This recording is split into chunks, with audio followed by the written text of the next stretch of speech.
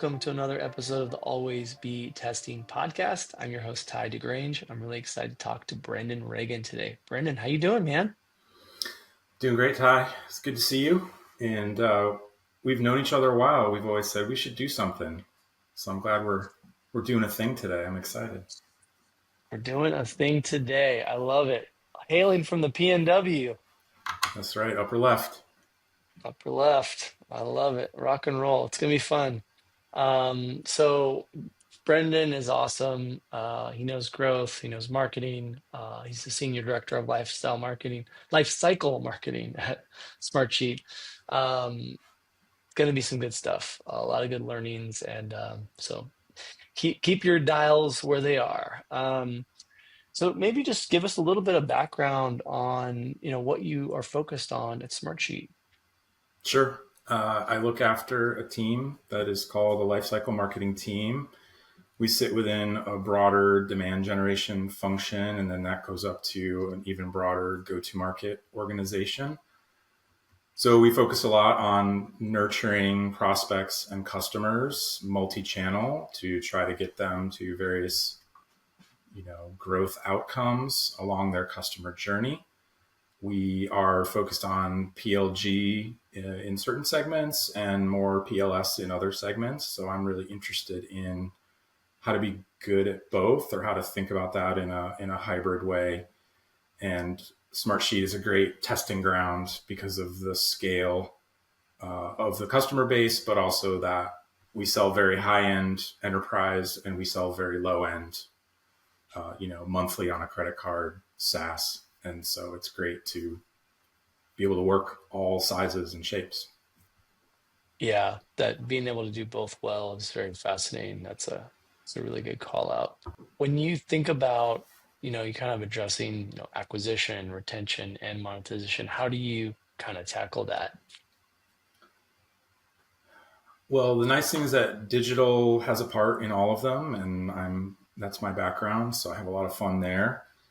I tend to think about things in kind of a layer cake, or almost a pyramid, where what you apply and how much human touch you apply versus how much digital programming you run really can vary based on the known value of a customer or the potential value of a customer in the future.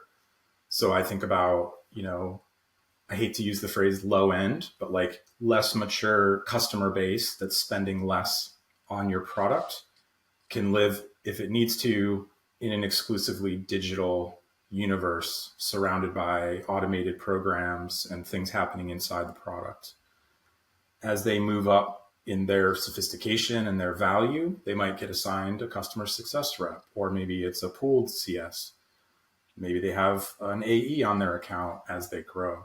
Right now, you're adding in human-led motions, but still keeping the digital layer running, making sure those work together.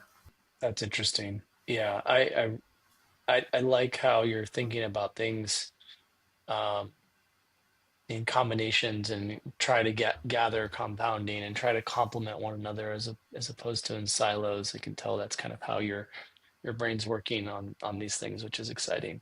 And that was through experimentation. I think when I came to Smartsheet, the assumption was you're going to run digital on no touch customers. And certainly, did a lot of work there. But what experimentation showed us was these same programs that were designed for a quote unquote no touch audience still worked and compounded when sales reps got in the conversation or when a CS rep was assigned. So that was a huge light bulb for me in my career. It's not in a silo. There is this layered possibility, Hmm. and we did see Hmm. compounding gains. So once you realize that, then you can start sort of fine tuning for those different segments, and that's for me when it started to get really fun. That's awesome. What are some of those like macro growth levers that you've tested over the years? I think about it in terms of different motions. Like in SaaS, we're a SaaS product. We have a freemium model, so free to paid. whether that's a freemium user or a trial evaluation. That's an obvious growth lever that's very popular in SaaS. We've played a lot in trying to drive subscription level upgrades. Like, you're on the silver plan and we want to move you to the gold plan, and here's why. Um, then you have what you might call like seat expansion. Like, you bought 10 seats of this subscription level. Let's sell you 5 more, maybe in an automated fashion. Um, then there's services attached. As the company grew, we had more and more services to try and attach. That's an interesting space. We've worked in cross sell and upsell. We've worked in onboarding, um, and we've done a little bit in win back. So it's been a lot. I mean, it's been a lot of things we've tried, and based on testing, you kind of decide where to double down, where to prioritize, and so forth. That makes sense. There's a lot. There's a lot there with existing and with a great base of customers and different use cases. So it makes sense that you can kind of direct them to different relevant revenue expansion opportunities and growth levers, which is huge. And think about the engagement opportunity that good growth leaders focus on, and retention. There's a lot of that you've outlined there, which I think is very valuable. Um, Kind of taking the expansion concept and taking it further. Um, what are some ways you've thought about the idea of expansion of that existing user, and how do you think about it? Yeah, it's been a fairly long journey. When I first joined as kind of lifecycle marketer number one, I would think about, oh, we've introduced this new subscription level, and if I could just move everybody on the silver plan to the gold plan, that would be amazing. Did a lot of testing early on with that, and learned a lot in terms of that's actually fairly hard to do from a marketing program and a marketing campaign perspective. That's one I think is best left to true product, true PLG, where it's like the product needs to actually move you through that journey to needing a higher subscription level in many cases. Or you do need to talk to a human. So it's not a pure Hmm. digital play. Um, or it can be, but it's not without downsides. Hmm. Like a lot of marketers, we played around with promotions and incentives. Clearly, you can make things happen there, but wasn't a huge area of focus once we kind of went in and did some testing and ascertained. After that, we did get some really good traction on the seat expansion because we found the flywheel there, which is you prepay for a certain number of seats, and then digital and customer success in some cases are really encouraging the customer of like, you have to get those licenses assigned out and used very quickly, because that's a huge part of onboarding and retention and growth. Then we could track when someone was at or almost at their license allocation limit. Like, we know you bought 10, you just assigned your ninth. We know that in the data stream. So we can start triggering messaging around, hey, you can add more right in the app. Just go through checkout. You can add however many more, or have an automated outreach from an AE about like, hey, let's talk about license growth. Let's talk strategically about it. Hmm. So a lot of traction there of just like, get them allocated, get people to request them if they don't have them, consume those licenses, know when they've hit that limit, and then spin into the expansion piece. So that was fun to sort of build that. And then people don't always think of onboarding when they think about expansion, but I would Hmm. argue very strongly from my experience, onboarding is expansion. Like, very clearly saw that in testing and in data, that doing onboarding well directly, I wouldn't even say correlates, like in the data I saw through experimentation, causes expansion over time, faster expansion over time. So that was another big sort of light bulb for me. And then Rem- most yeah, recently, we have over time we've added more sort of premium products that are add-ons to the subscription, and that's been really fun to build that motion out as well in terms of you have a core product subscription with a certain number of members on it. Great. We got to retain that. But as you grow in sophistication, there are add ons that you can cross sell to that. And using product data and behavioral data to sort of trigger those motions has been very fruitful and a lot of fun to try and test around in that area. that last one's super interesting. I'm sure the performance marketers of the world are, salivating at the thought of the data and thinking about lookalikes and different heuristics that you've listed. You thought about. It's there's a lot in there, and it's been a lot of years of data and experiments to get to that. Yeah, the data piece is interesting because we've looked at and leveraged a lot of different kinds of data, and you should try all of them. You can try all of them, but you don't have to do all of it all at once. We really started simple with what I think of as affinity marketing. Like, if you do X, you're probably interested in Y, and you don't need a bunch of data to do that. You can talk to salespeople to understand that stuff. You can talk to CS to understand some of those patterns, or just take some of it's very logical. If you look at, here's a basic use case, and as that use case matures and gets more sophisticated, we have in fact built an add-on product that does that at greater scale or in greater sophistication. So there's sometimes some really easy heuristic rules of thumb, and salespeople are the best to get those from. Where it's like, hey, when you sell this, what's that conversation like?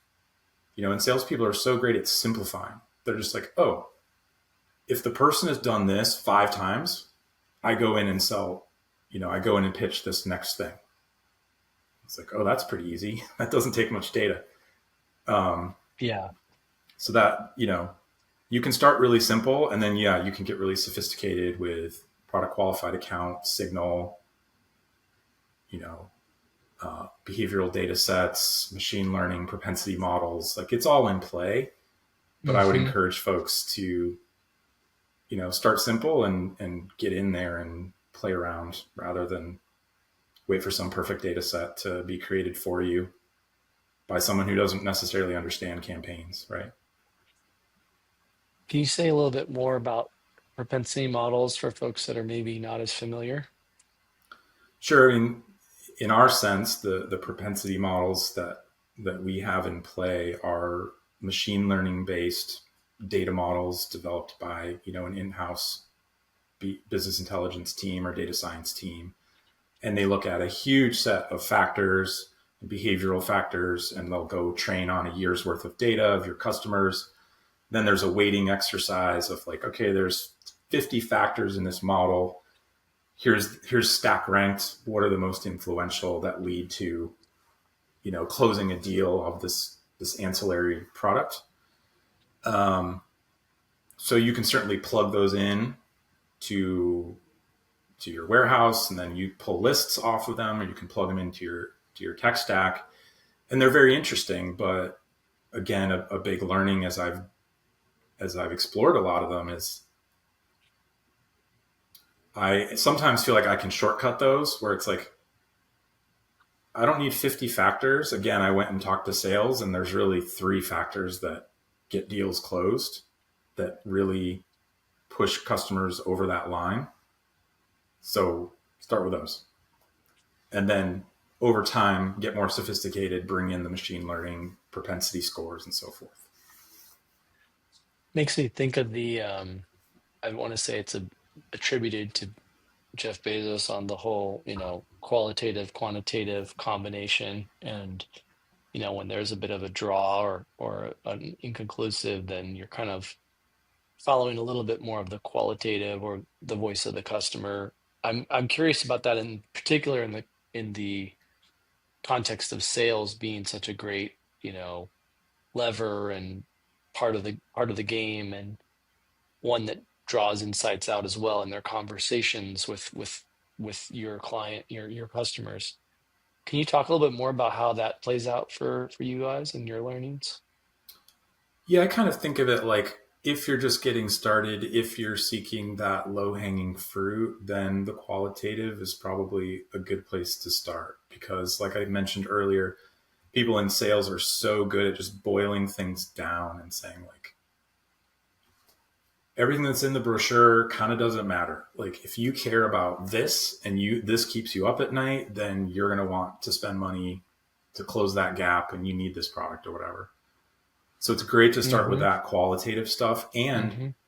sales teams are very tribal knowledge, where it's like you can very quickly detect where there's a consensus versus is this just a very vocal sample size of one rep that I'm talking to here, or is this truly something that sort of has spread across a sales floor and everybody's running that play? It's pretty easy to ascertain that.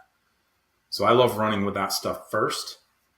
Um, and you can usually vet it out pretty quickly at totally different scale to see if it's right, quote unquote.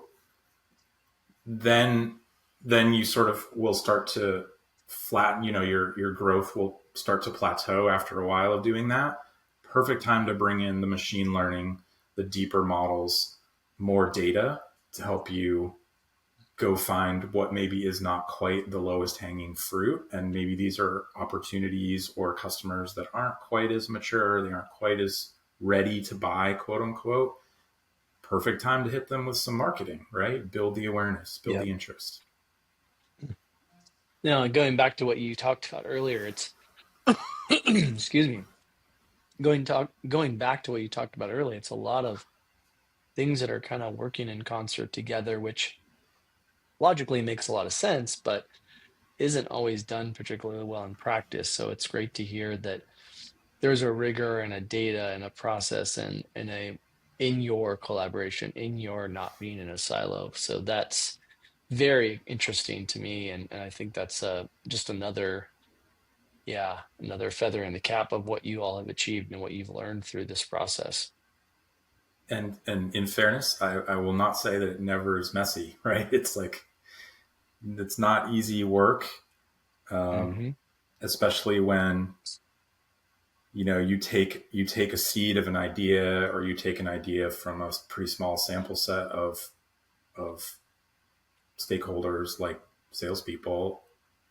Then you go Mm-hmm. scale it 10x, 100x, 1000x. The results can be very, very different, and so there is risk there.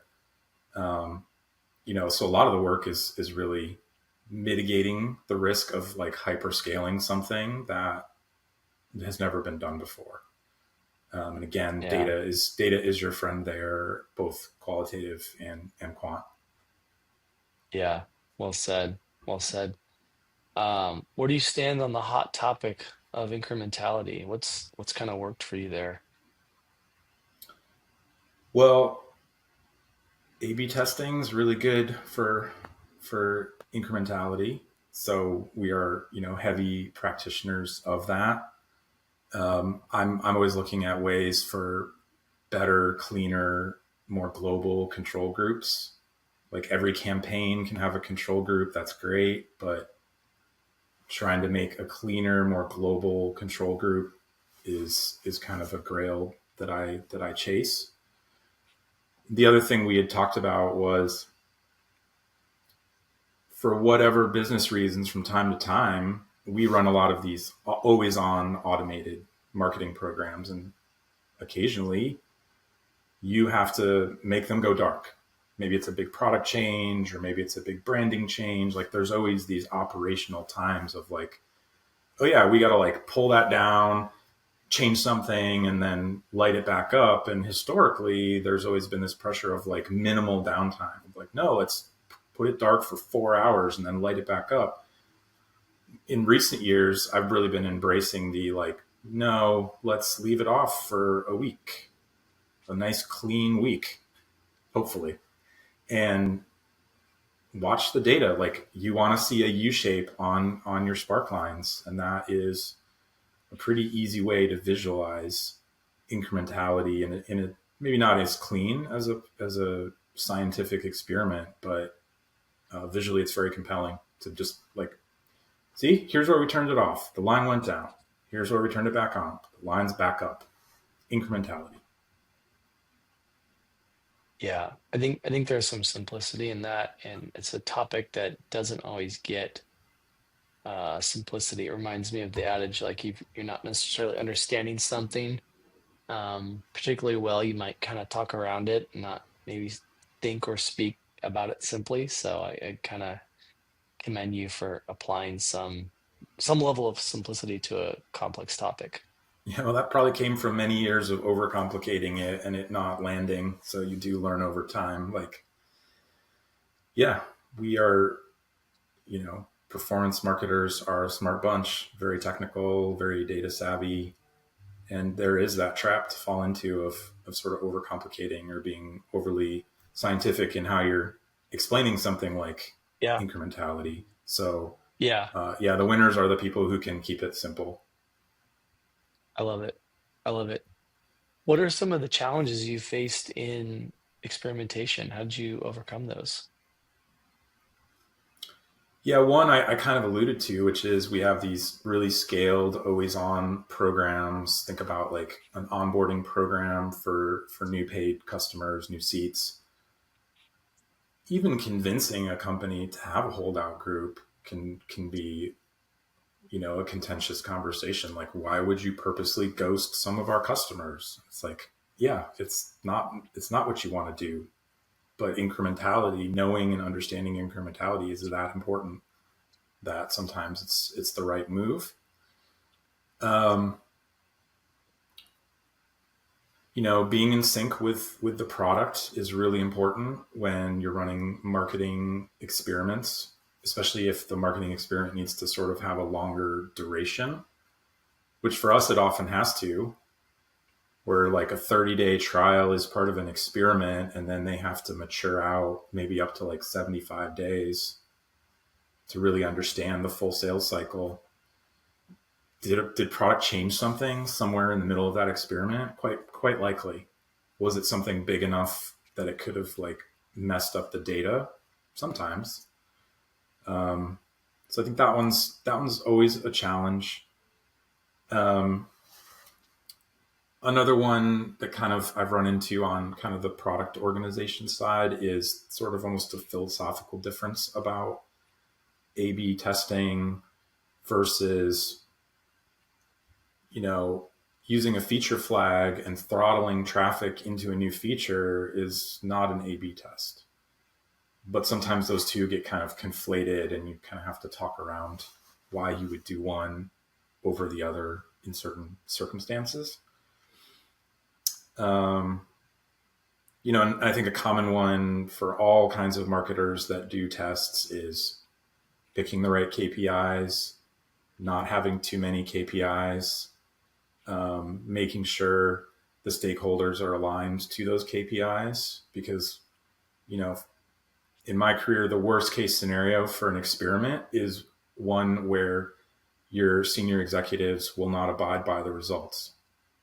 That's the absolute worst scenario. Like, you've run an experiment, you get the results, and then the stakeholders can't abide by the results. So you have to set that up in advance really cleanly. Um, and in a lot of our tests, because it's SaaS, you can see upgrades, expansion, you can see downgrades, you can see cancels. It's very rare you get an experiment where everything's like, oh, everything's green across the whole scorecard of this test. Almost unheard of. In any scenario, there's going to be a mix. And so interpreting the ups and the downs to a net result and a net conclusion, and then being able to socialize that can be quite complex and challenging. Yeah, no, that's so insightful. It's great to hear some of those areas that you've been able to overcome over the years and kind of come out stronger as a result.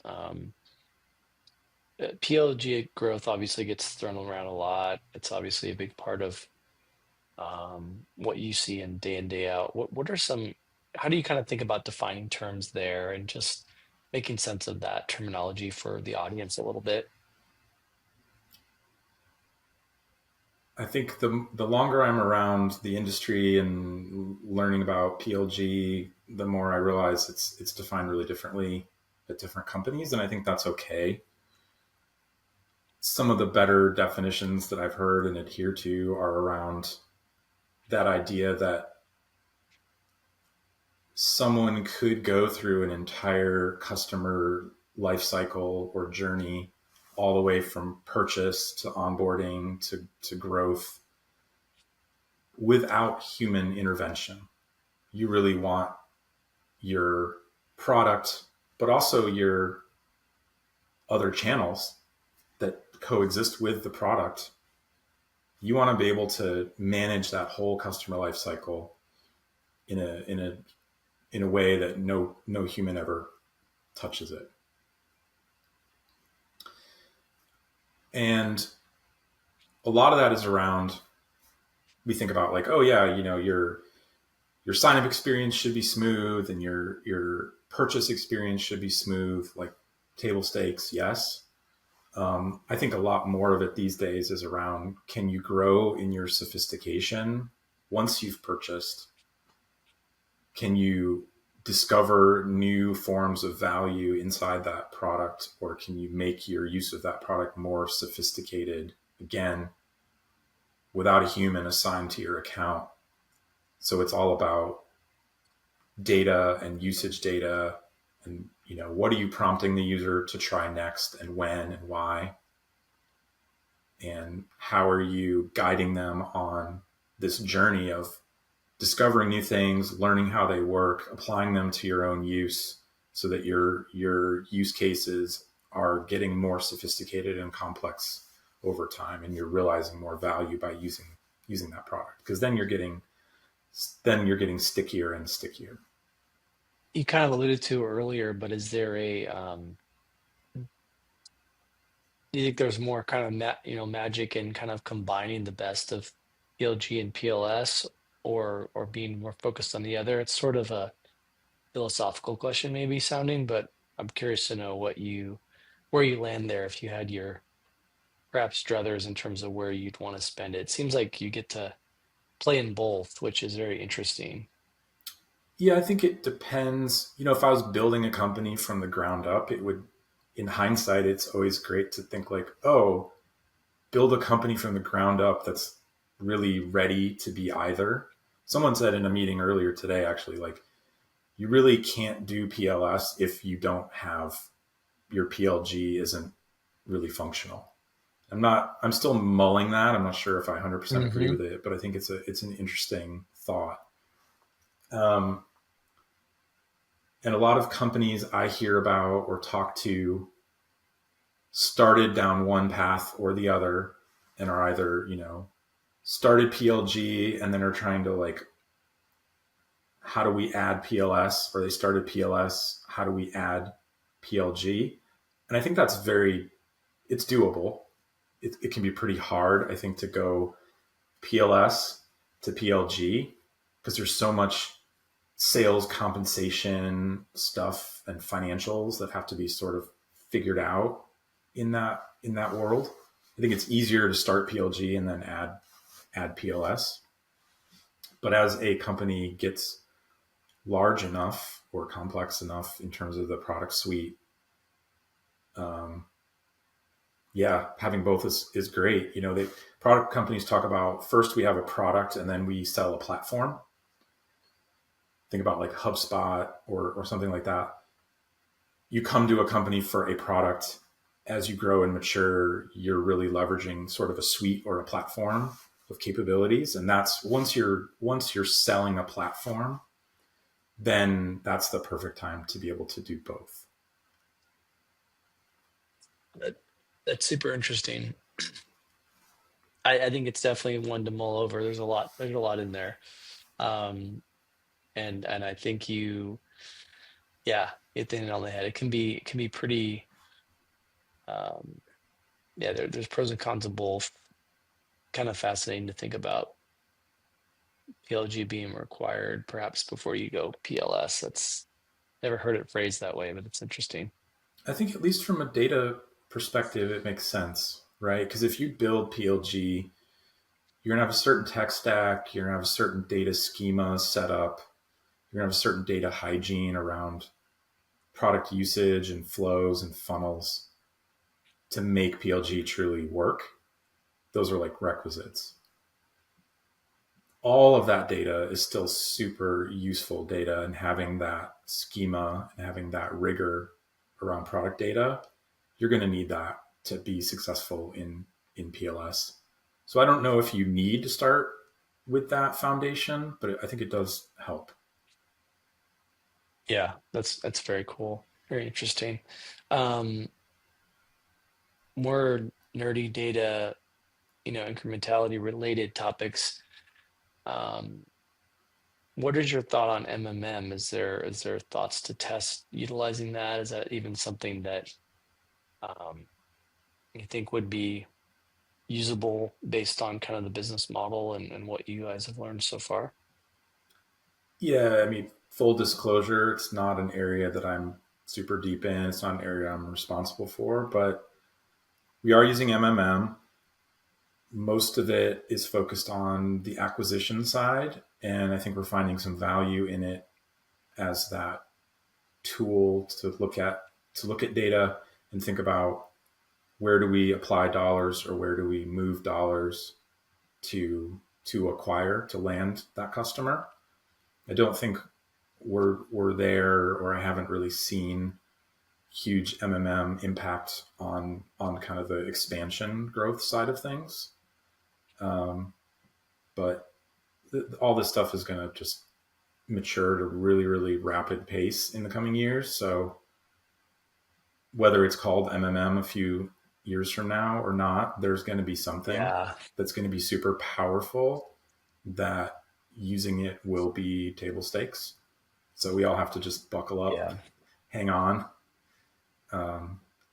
keep our heads up, and those things are going to come. yeah.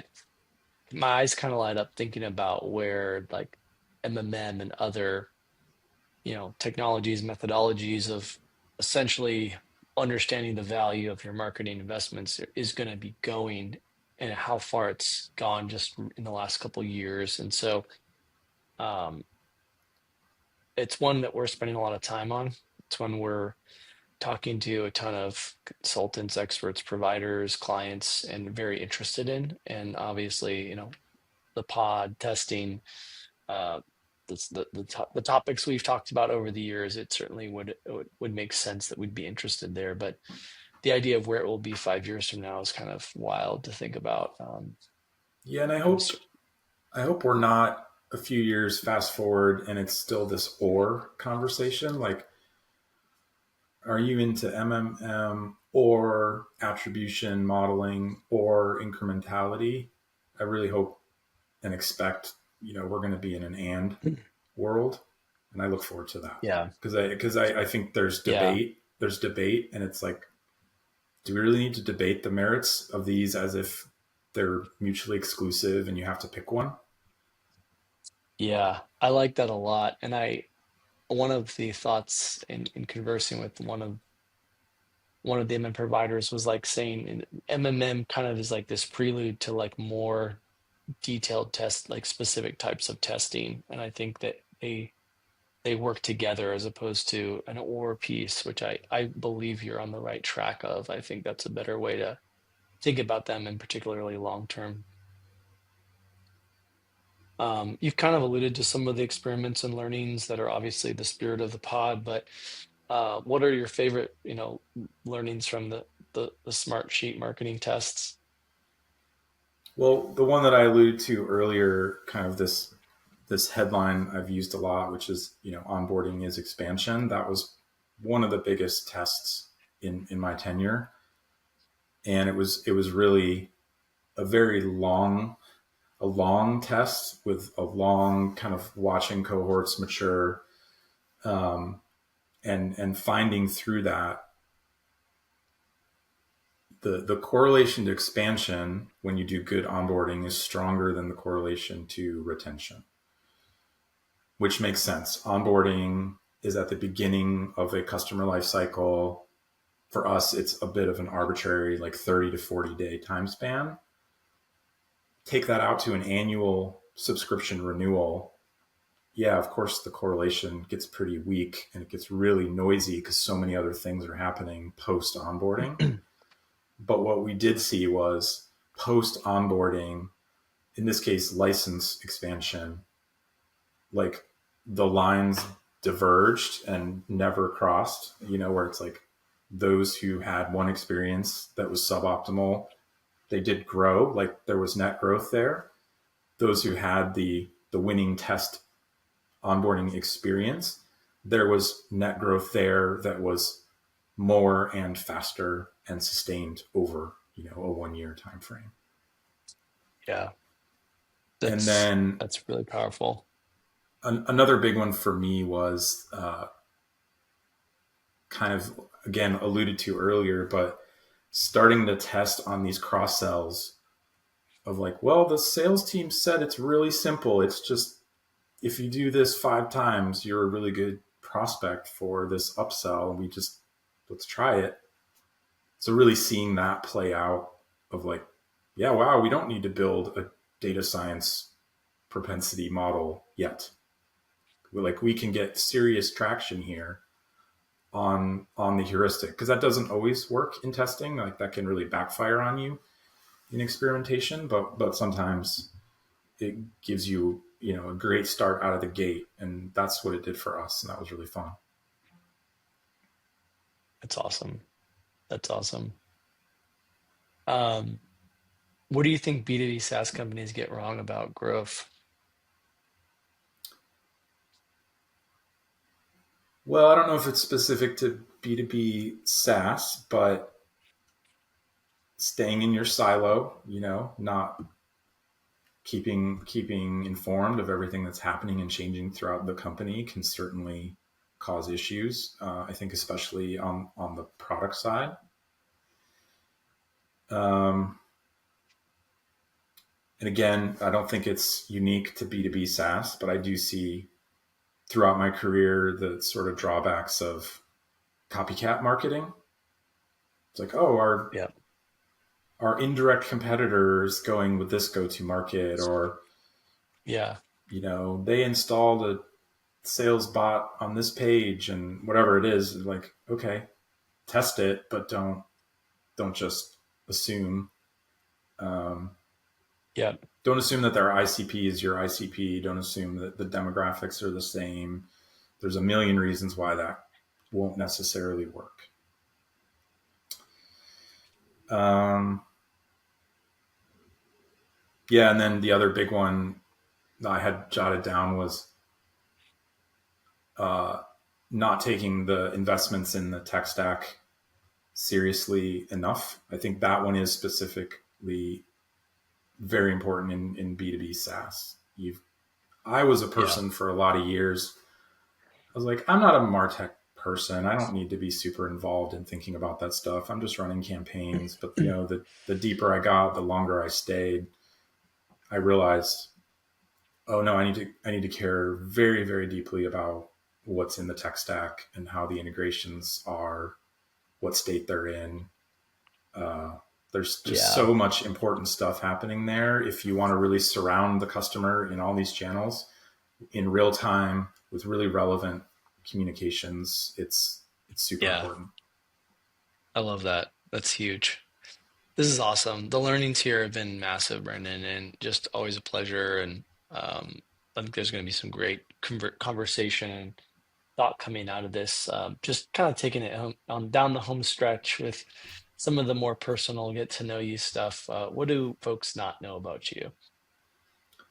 Well, outside of my marketing day job, I'm a musician.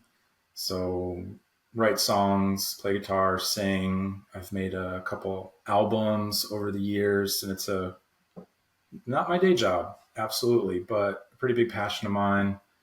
My fun Right. fact, since I'm from Seattle, is that one of the recording projects I did was in a recording studio where an obscure Seattle band named Pearl Jam recorded the album called 10. So that was really fun, sort of Awesome. on hallowed ground, seeing pictures of Yes. them on the wall and Oh, just being in the same space where they did that work. If you're, a music geek like I am, it was a hugely enjoyable experience. that's amazing. That's amazing. I love it. It doesn't get any better than that. What what do you got for book recommendations?